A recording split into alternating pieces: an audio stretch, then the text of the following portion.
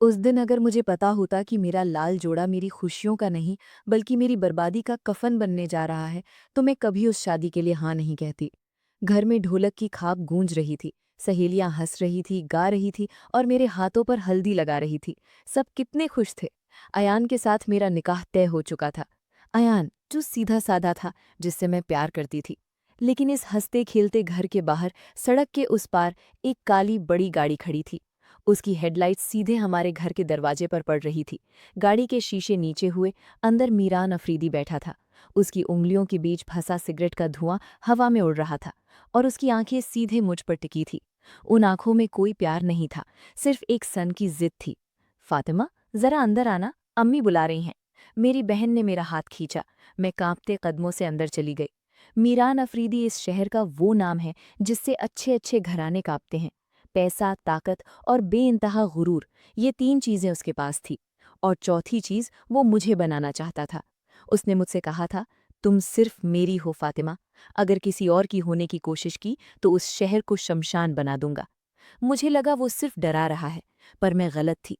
अभी अम्मी मुझे दुआएं दे ही रही थी कि अचानक बाहर गानों की आवाज बंद हो गई। चीख पुकार मच गई। मैं भागती हुई बाहर आई। जो नज़ारा देखा उसने मेरे पैर तले से जमीन खिसका दी। अयान के अब्बू लहूलुहान हालत में हमारे आंगन में गिरे हुए थे। उनके पीछे मीरान के गुंडे लाठियां लिए खड़े थे।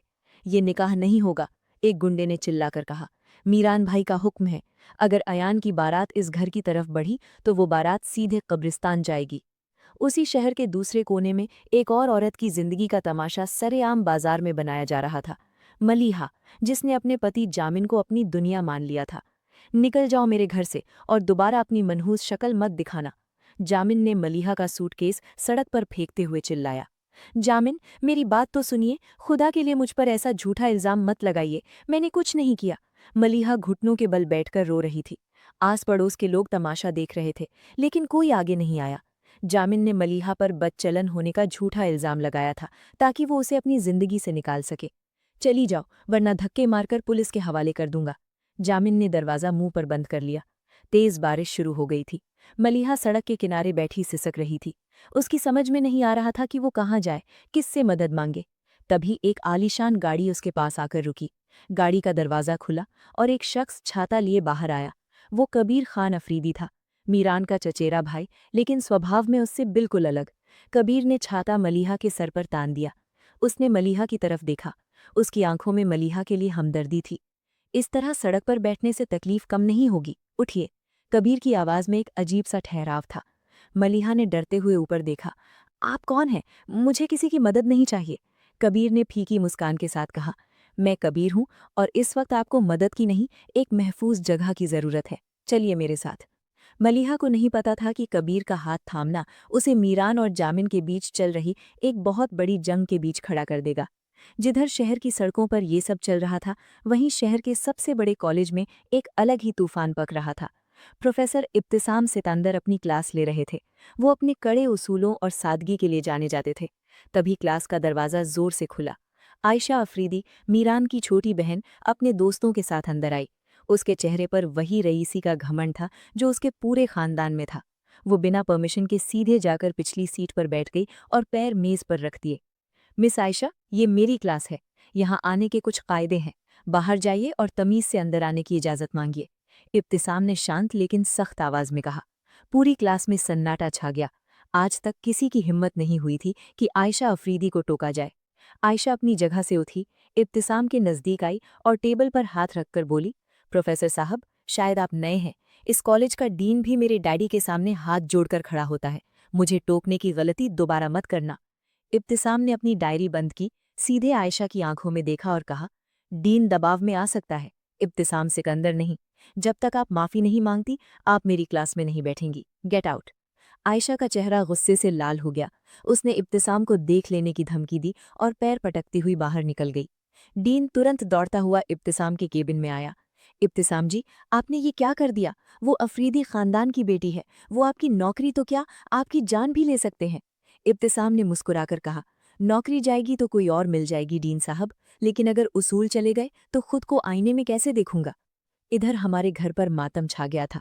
अयान के अब्बू को अस्पताल में भर्ती करवा दिया गया था।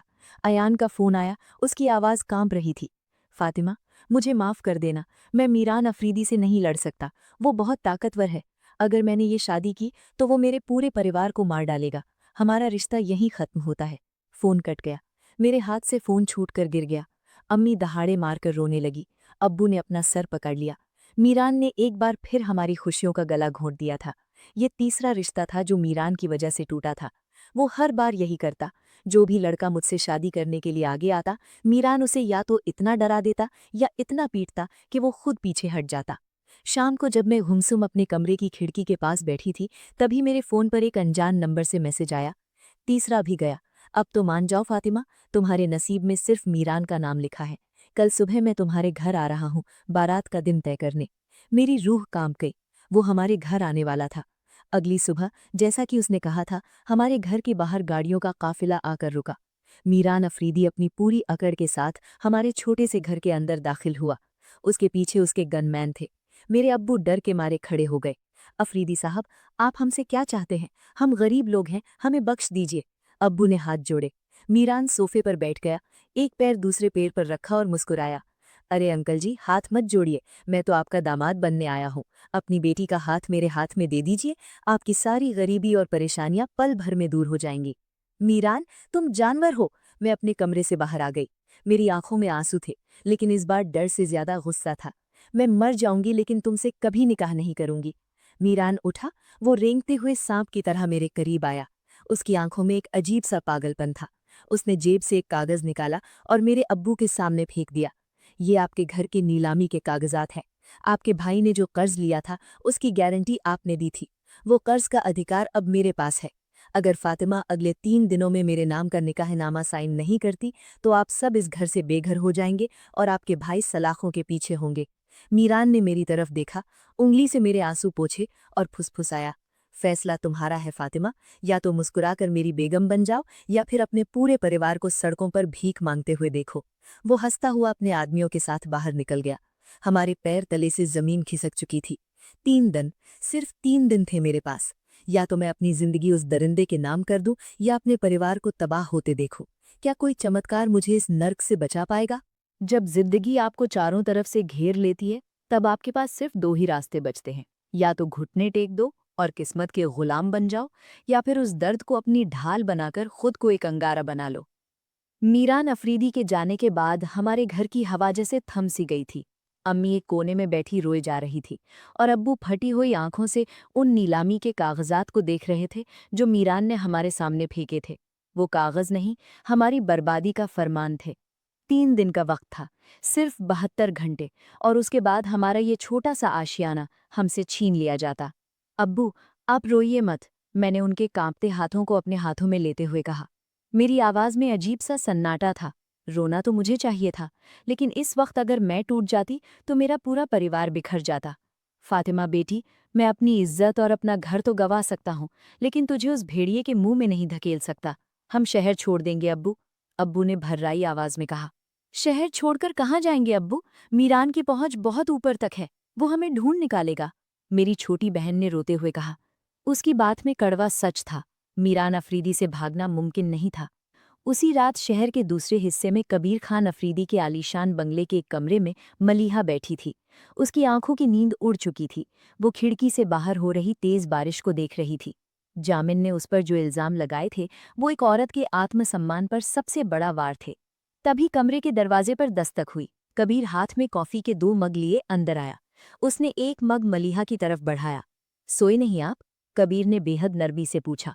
मलीहा ने सूखी हंसी हंसते हुए कहा, जिसकी दुनिया एक झटके में उजड़ गई हो कबीर साहब, उसे नींद कैसे आ सकती है? मुझे समझ नहीं आ रहा कि जामिन ने मेरे साथ ऐसा क्यों किया। मैंने तो कभी उसके खिलाफ आवाज भी नहीं उठाई थी। कबीर ने सोफे पर बैठते हुए कहा, मलीहा, जामिन अकेला नहीं है, उसके पीछे कोई और है। जामिन की इतनी हिम्मत नहीं कि वो अफरीदी खानदान के इलाके में आकर इस तरह की हरकत करे। उसे किसी बड़े आदमी की शह मिली हुई है। मलीहा ने चौंक कर कबीर की तरफ देखा। किसकी शह? कबीर की आंखें गंभीर हो गईं। मेरा चचेरा भाई मीरान अफरीदी। जामिन की कंपनी को हाल ही में मीरान ने एक बहुत बड़ा कॉन्ट्रैक्ट दिया है, और उसके बदले में मीरान ने जामिन से क्या मांगा है, ये मैं बहुत जल्द पता लगा लूंगा। मलीहा का दिल तेजी से धड़कने लगा। उसे अंदाजा भी नहीं था कि उसकी साधारण सी जिंदगी का ताना बाना इतने बड़े और खतरनाक खेल से जुड़ा हुआ है। अगली सुबह जब प्रोफेसर इब्तिसाम सिकंदर कॉलेज पहुंचे तो माहौल बदला हुआ था। स्टूडेंट्स गलियारों में खड़े होकर कानाफूसी कर रहे थे। जैसे ही इब्तिसाम स्टाफ रूम की तरफ बढ़े, उन्हें डीन ने अपने केबिन में बुला लिया। डीन के चेहरे पर हवाइयां उड़ रही थी। इब्तिसाम साहब, मैंने आपसे कल ही कहा था कि आयशा अफरीदी से पंगा मत लीजिए। अब देखिए बात ऊपर तक पहुंच गई है। डीन ने हाथ मलते हुए कहा। क्या हुआ डीन साहब, जरा साफ साफ कहिए। इब्तिसाम ने बेहद शांत लहजे में पूछा। डीन ने एक लेटर इब्तिसाम की तरफ बढ़ाया। ये सस्पेंशन लेटर है। मैनेजमेंट की तरफ से हुक्म आया है कि आपने एक स्टूडेंट के साथ बदतमीजी की है और उस पर हाथ उठाने की कोशिश की है, इसलिए आपको तुरंत कॉलेज से सस्पेंड किया जाता है। इब्तिसाम ने लेटर को देखा और उनके चेहरे पर एक ठंगी मुस्कान आ गई। उन्होंने लेटर वापस मेज पर रखा। बदतमीजी मैंने की या आयशा ने? और हाथ उठाने की बात, डीन साहब आप भी जानते हैं कि ये सरासर झूठ है। मैं जानता हूं इब्तिसाम जी, लेकिन मैं लाचार हूं। कॉलेज का 80% फंड अफरीदी चैरिटी से आता है। अगर मैं ये कदम नहीं उठाऊंगा तो कॉलेज बंद हो जाएगा। डीन ने बेबसी से सर झुका लिया। इब्तिसाम ने अपना बैग उठाया। ठीक है, मैं चला जाता हूं, लेकिन याद रखिएगा डीन साहब, जब शिक्षा पैसे के सामने घुटने टेक देती है तो वो कॉलेज नहीं, गुलाम बनाने की फैक्ट्री बन जाता है। जैसे ही इब्तिसाम कॉलेज के मेन गेट की तरफ बढ़े, आयशा अफरीदी अपनी महंगी स्पोर्ट्स कार के पास खड़ी उनका रास्ता रोके मिली। उसके चेहरे पर जीत का अहंकार साफ झलक रहा था। उसके दोस्त पीछे खड़े हंस रहे थे। तो प्रोफेसर साहब, कैसा लगा अफरीदी खानदान का पावर? कहा था ना मैंने, मुझसे पंगा भारी पड़ेगा। अब जाइए और किसी छोटे मोटे स्कूल में बच्चों को उसूल सिखाइए। इब्तिसाम अपनी जगह रुके। उन्होंने आयशा की आंखों में देखा, जहां कोई डर नहीं था। उन्होंने बहुत ठहरे हुए अंदाज में कहा, मिस आयशा, आपने मुझे कॉलेज से बाहर निकाला है, मेरी काबिलियत से नहीं। घुमंड की एक खूबी होती है, ये जितना ऊंचा उठता है, गिरने पर आवाज उतनी ही जोरदार होती है। बहुत जल्द आपको समझ आएगा कि पैसे से सब कुछ खरीदा जा सकता है, पर हर इंसान को नहीं। इब्तिसाम बिना पीछे मुड़े आगे बढ़ गए। छोड़ गए तो सिर्फ आयशा के चेहरे पर एक अजीब सी झल्लाहट, क्योंकि वो उम्मीद कर रही थी कि इब्तिसाम उसके सामने गिड़गिड़ाएंगे, लेकिन ऐसा कुछ नहीं हुआ। शाम को मीरान अफीदी अपने आलीशान ऑफिस में बैठा शराब का ग्लास हाथ में लिए कुछ सोच रहा था। तभी बिना किसी दस्तक के कबीर उसके केबिन के अंदर दाखिल हुआ। मीरान के बॉडीगार्ड्स ने कबीर को रोकना चाहा, लेकिन कबीर की एक कड़क नज़र ने उन्हें पीछे हटने पर मजबूर कर दिया। अरे कबीर भाईजान, आज रास्ता कैसे भूल गए? हमारी मांद में आपका आना कैसे हुआ? मीरान ने अपनी कुर्सी पर पीछे होते हुए व्यंग से कहा। कबीर ने सीधे मीरान की मेज पर हाथ रखा और झुक कर बोला, मीरान अपनी हदें मत भूलो। जामिन को आगे करके तुमने मलीहा को घर से क्यों निकलवाया? उस बेचारी औरत ने तुम्हारा क्या बिगाड़ा था? मीरान ठहाका मारकर हंसा। मलीहा? ओहो, तो वो बेसहारा औरत अब तुम्हारी पनाह में है। भाईजान, आप हमेशा से बड़े रहमदिल रहे हैं, लेकिन आपको बता दूं, जामिन मेरा बिजनेस पार्टनर है। उसने अपनी बीवी को निकाला क्योंकि वो बदचलन थी। इसमें मेरा क्या कसूर है? झूठ बोलना बंद करो मीरान। कबीर की आवाज भारी हो गई। तुमने जामिन को ब्लैकमेल किया है, मुझे सब पता चल चुका है। और दूसरी बात, फातिमा नाम की उस लड़की के परिवार को जो तुम डरा रहे हो, वो तमाशा भी बंद करो। फातिमा का नाम सुनते ही मीरान का चेहरा एकदम सख्त हो गया। वो अपनी कुर्सी से खड़ा हुआ और कबीर के सामने आकर खड़ा हो गया। दोनों भाइयों की आंखें एक दूसरे से टकरा रही थीं। कबीर, मलीहा के मामले में जो करना है करो, मुझे कोई फर्क नहीं पड़ता, लेकिन फातिमा के मामले के बीच में मत आना। वो मेरी जिद है, मेरा जुनून है, और जो चीज़ मीरान को पसंद आ जाए उसे हासिल करने के लिए मैं पूरे शहर को मलबे में बदल सकता हूँ, यहाँ तक कि तुम्हें भी। मीरान ने दांत भींचकर कहा। तो फिर तैयार हो जाओ मीरान, कबीर ने पलटकर दरवाजे की तरफ बढ़ते हुए कहा, क्योंकि इस बार तुम्हारी जिद के सामने कबीर खान अफरीदी खड़ा है। मैं फातिमा और उसके परिवार को कुछ नहीं होने दूंगा। समय रेत की तरह हाथ से फिसल रहा था। 2 दिन बीत चुके थे। कल सुबह मीरान बारात लेकर हमारे घर आने वाला था। अब्बू की तबीयत अचानक बहुत बिगड़ गई थी। मीरान के डर और सदमे की वजह से उन्हें दिल का दौरा पड़ा था। हम उन्हें शहर के सरकारी अस्पताल ले गए थे, लेकिन वहां डॉक्टरों ने कह दिया कि उनके इलाज के लिए बहुत बड़े ऑपरेशन की ज़रूरत है, जिसमें लाखों का खर्च आएगा। हमारे पास फूटी कौड़ी नहीं थी। घर के कागजात पहले ही मीरान के पास थे। रिश्तेदार और पड़ोसी हमारे घर के आसपास भटकने से भी डर रहे थे, क्योंकि सबको पता था कि हमारे ऊपर मीरान अफरीदी का साया है। मैं अस्पताल के कॉरिडोर में बैठकर फूट फूट कर रो रही थी। मेरी समझ में नहीं आ रहा था कि मैं क्या करूं। क्या मैं हार मान लूं? क्या मैं खुद को उस दरिंदे के हवाले कर दूंगा? क्या अपनी अम्मी और भाई बहनों को बचाने का यही एक रास्ता बचा था? तभी मेरे सामने एक साया आकर रुका। मैंने रोते हुए ऊपर देखा।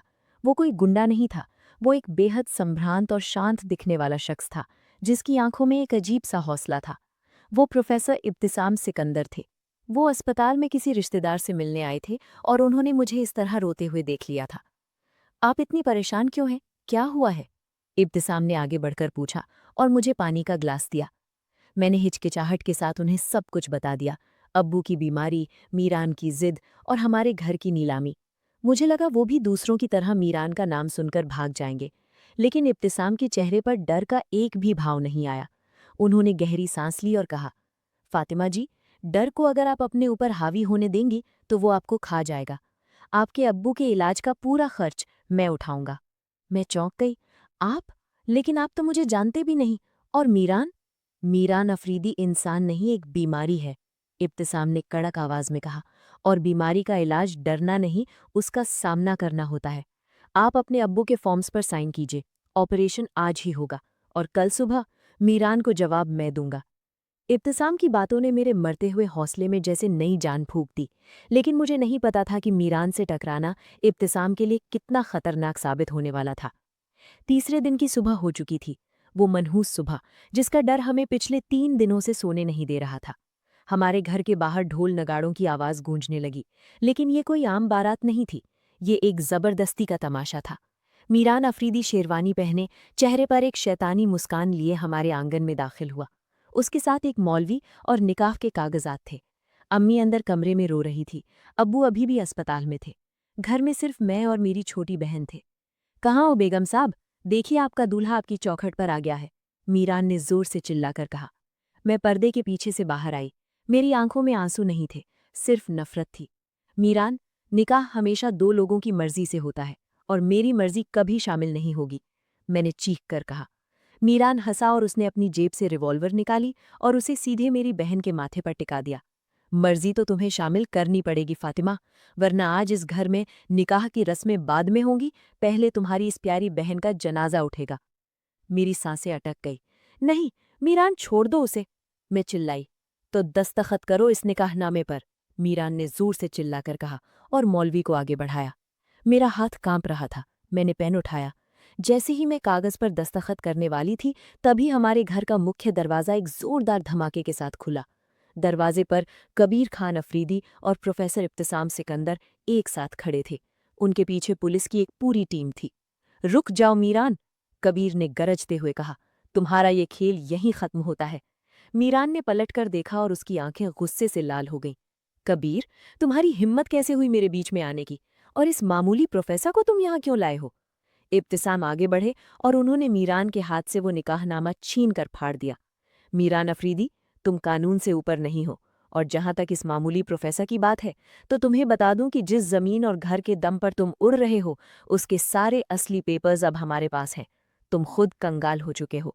मीरान सन रह गया, लेकिन तभी मीरान के चेहरे पर एक खौफनाक मुस्कान आई। उसने अपनी रिवॉल्वर उठाई, लेकिन फातिमा या कबीर पर नहीं, बल्कि सीधे प्रोफेसर इब्तिसाम के सीने पर तान दी। अगर मैं बर्बाद हुआ हूं तो तुम सबको साथ लेकर डूबूंगा, मीरान ने चिल्लाया। ठाएं! एक जोरदार गोली चलने की आवाज गूंजी और पूरा आंगन खून के छींटों से भर गया। जब जुल्म की हद पार हो जाए तो कुदरत खुद इंसाफ का रास्ता बनाती है। बंदूक की गोली किसी की जान तो ले सकती है, लेकिन किसी के उसूलों और सच्चे प्यार को कभी नहीं मार सकती। हवा में बारूद की बू फैल गई थी। मेरी चीख मेरे हलक में ही फंस कर रह गई थी। आंगन में सन्नाटा छा गया था। सिर्फ ढोल नगाड़े वाले अपनी जान बचाकर भाग रहे थे। मेरे सामने कोई गिरा था, लेकिन वो प्रोफेसर इब्तिसाम सिकंदर नहीं थे। गोली चलने के ठीक 1 सेकंड पहले कबीर खान अफरीदी ने पूरी ताकत से मीरान का हाथ ऊपर की तरफ झटका था। वो गोली हवा में चली गई थी, लेकिन उसी आपाधापी में मीरान के गुंडों ने कबीर पर हमला कर दिया। कबीर के सिर पर लाठी का एक जोरदार वार लगा और वो लहूलुहान होकर जमीन पर गिर पड़े। कबीर भाई, इब्तिसाम चिल्लाए और उन्होंने तुरंत आगे बढ़कर कबीर को संभाला। पकड़ो इन सबको, कोई भागने न पाए, पुलिस इंस्पेक्टर ने चिल्लाकर अपने आदमियों को हुक्म दिया। पुलिस की टीम ने तुरंत मीरान के गुंडों को घेरना शुरू कर दिया। मीरान ने जब देखा कि बाजी पूरी तरह पलट चुकी है और पुलिस उसे दबोचने वाली है, तो उसका चेहरा खौफ और गुस्से से तमतमा उठा। उसने अपनी गन सीधे मेरी तरफ तानी। अगर फातिमा मेरी नहीं हो सकती, तो मैं उसे किसी और की भी नहीं होने दूंगा। इससे पहले कि मीरान ट्रिगर दबा पाता, इब्तिसाम एक चट्टान की तरह मेरे सामने आकर खड़े हो गए। उनकी आंखों में मौत का डर नहीं था, सिर्फ मुझे बचाने का पक्का इरादा था। मीरान घबरा गया। पुलिस की एक गोली मीरान के पैर पर लगी। वो कराहते हुए जमीन पर गिरा, लेकिन उसने फुर्ती दिखाई। रेंगता हुआ अपनी गाड़ी तक पहुंचा, जहां उसका ड्राइवर इंजन चालू करके खड़ा था। वो पुलिस पर गोलियां चलाते हुए वहां से फरार हो गया। अस्पताल की गाड़ियां तुरंत हमारे घर पहुंची। कबीर को गंभीर हालत में अस्पताल ले जाया गया। मैं और इब्तिसाम भी उनके साथ थे। रास्ते भर में रो रही थी। मेरी वजह से कितने ही बेकसूर लोगों की जिंदगी दांव पर लग गई थी। अस्पताल के आईसीयू के बाहर मलीहा बदहवास हालत में दौड़ती हुई आई। कबीर की ये हालत देखकर वो पूरी तरह टूट चुकी थी। उसकी आंखों से आंसू थमने का नाम नहीं ले रहे थे। कबीर साहब को कुछ नहीं होना चाहिए। उन्होंने मेरी खातिर, आप सबकी खातिर अपनी जान दांव पर लगा दी। इब्तिसाम ने मलीहा को ढांढस बंधाया। मलीहा जी, हौसला रखिए। कबीर एक सच्चे इंसान हैं। उन्हें कुछ नहीं होगा। लेकिन इस वक्त हमें उस सच को सामने लाना होगा जिसके लिए कबीर लड़ रहे थे। तभी अस्पताल के गलियारे में जामिन दाखिल हुआ। उसके चेहरे पर एक झूठी चिंता थी, लेकिन आंखों में चालाकी साफ दिख रही थी। वो मीरान के कहने पर यहाँ ये देखने आया था कि कबीर जिंदा है या मर गया। मलीहा, तुम यहाँ इस गैर मर्द के लिए रो रही हो? अब तो साबित हो गया कि तुम कैसी औरत हो, जामिन ने जोर से कहा, ताकि आस पड़ोस के लोग सुन सकें। लेकिन इस बार मलीहा चुप नहीं रही। वो आगे बढ़ी और उसने जामिन के चेहरे पर एक जोरदार तमाचा जड़ दिया। पूरे कॉरिडोर में सन्नाटा छा गया। बस जामिन, बहुत हुआ तुम्हारा नाटक। मलीहा की आवाज में शेरनी जैसी दहाड़ थी। तुमने मीरान अफरीदी के एक कॉन्ट्रैक्ट के लिए अपने ईमान का सौदा कर दिया। तुमने मुझ पर झूठा इल्जाम लगाया ताकि तुम मीरान की नज़रों में अच्छे बन सको और तुम्हें वो करोड़ों का ठेका मिल जाए। जामिन हड़बड़ा गया। ये तुम क्या बकवास कर रही हो? तुम्हारे पास क्या सबूत है? इब्तिसाम आगे बढ़े और उन्होंने अपने फ़ोन का प्ले बटन दबा दिया। उसमें जामिन और मीरान की कॉल रिकॉर्डिंग चल रही थी, जो कबीर ने अपनी टीम की मदद से हैक की थी। रिकॉर्डिंग में जामिन साफ साफ कह रहा था, मीरान भाई, मलीहा को मैंने घर से निकाल दिया है और बदनाम भी कर दिया है। अब मेरा वो कॉन्ट्रैक्ट पक्का समझिए। वहां खड़ी पुलिस ने तुरंत जामिन की कलाई पर हथकड़ी लगा दी। जामिन साहब, धोखाधड़ी, ब्लैकमेलिंग और साजिश रचने के जुर्म में आपको गिरफ्तार किया जाता है, इंस्पेक्टर ने कहा। जामिन गिड़गिड़ाता रह गया, लेकिन मलीहा ने मुड़कर उसकी तरफ देखा तक नहीं। उसकी आंखों में आज एक आज़ाद औरत का आत्मसम्मान चमक रहा था। कबीर की हालत अब खतरे से बाहर थी। डॉक्टर ने बताया कि उन्हें होश आ गया है। हम सब चैन की सांस ले ही रहे थे कि तभी अस्पताल के दरवाजे पर आयशा अफरीदी खड़ी दिखाई दी।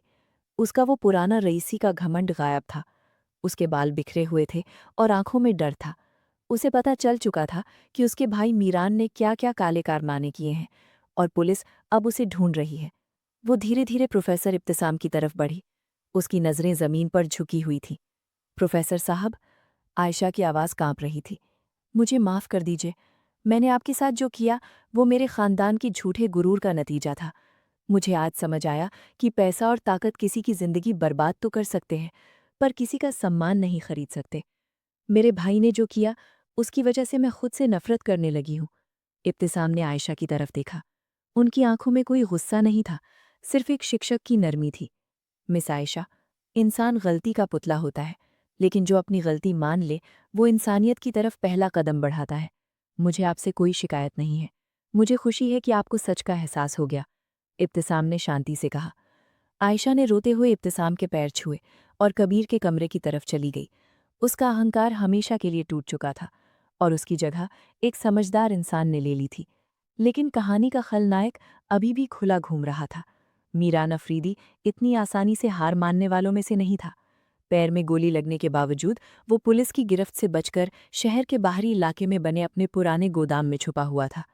उसके पास अब खोने के लिए कुछ नहीं था, न दौलत, न इज्जत, न खानदान का नाम।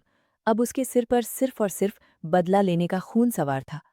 रात के करीब 2 बजे, जब पूरा अस्पताल सो रहा था, मीरान भेस बदलकर कबीर के वार्ड में दाखिल हो गया। उसने नर्स को डराकर बाहर ही बांध दिया था।